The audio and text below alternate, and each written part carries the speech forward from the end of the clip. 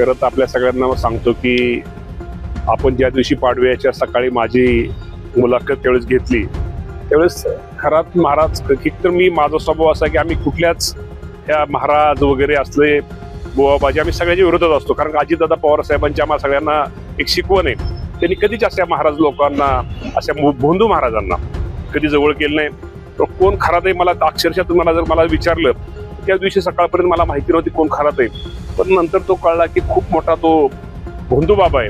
त्यांनी खूप काही गोष्टी ज्या व्हिडिओ समोर येत आहेत त्यांनी खरंच अशा लोकांना आता काय त्यांना शिक्षा तर म्हणजे मला वाटतं वेगळ्या प्रकारे कशी ह्यांना कसं म्हणजे ह्या लोकांना कसं ठोकून काढलं पाहिजे. मी कुठलाही महाराज ह्या महाराजांना ह्या कुठला महाराज आयुष्यामध्ये परत कुठली चूक ह्या महाराजाबरोबर इतर सुद्धा महाराज जे लोकांना फसवतात लोकांना नादी लावतात कुठंतरी अगोदर कुटुंबाची माहिती घेतात हे खरंय म्हणतात एखादी गोष्टी चुकून असं 100त एखादी गोष्ट खरी होती आणि तीच वाजवली जास्त जाती आणि हाच हे लोक काही लोक इथं आपले प्रचार प्रसार करायला लोक हे करतात. खरंच अशा महाराजांना निश्चित प्रकारे हे चुकीचे. या राज्यामध्ये खूप चांगले महाराज पण आहेत, चांगली माणसं पण आहेत, चांगले प्रवचनकार आहेत, चांगले कीर्तनकार आहेत, चांगले आज तुम्ही सांगा आळंदी देहू पंढरपूर या भागातले आपण किंवा आपल्या सगळ्याच भागातले असे खूप वेगळी माणसं आहेत. निस्वार्थी माणसं आहेत, निस्वार्थी महाराज आहेत ज्यांना आपण महाराज म्हणतोय की निस्वार्थी. पण हा खरात भोंदू बाबा हा मला माहित नव्हतं तो कसा आहे. मी आपलं बोलताना असं सहज बोलायला गेलो की बाबा शेवटी आम्हाला कार्यकर्त्यांना जपणं गरजेचं असतं. कोणतं कार्यकर्ता खरं तर ते महाराजांनीच सेटिंग लावली असते ते कुठेतरी ह्यांना घेऊन या तिकडे आम्ही त्या महाराजांना भेटतो. तो महाराज भोंदू आहे का तो कसा आहे मला तो खरातच्या बाबतीमध्ये माहिती नव्हतं. पण खरात अत्यंत चुकीचा माणूस आहे. मी त्याला कठोरात कठोर शिक्षा निश्चित प्रकारे त्याला मिळेल आणि मिळालीच पाहिजे. आणि निश्चित प्रकारे मी खराताची किंवा अशी बाजू कधीच घेणार नाही.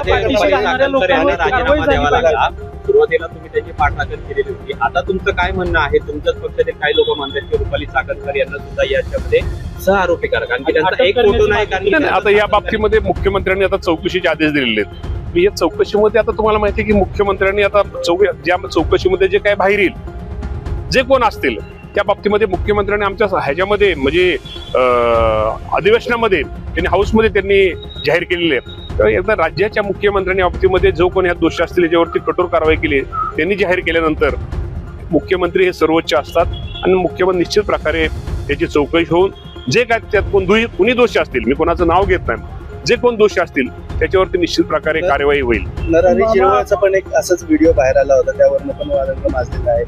आता कालच त्या बाबतीमध्ये मुख्यमंत्र्यांनी खुलासा केलेला आहे.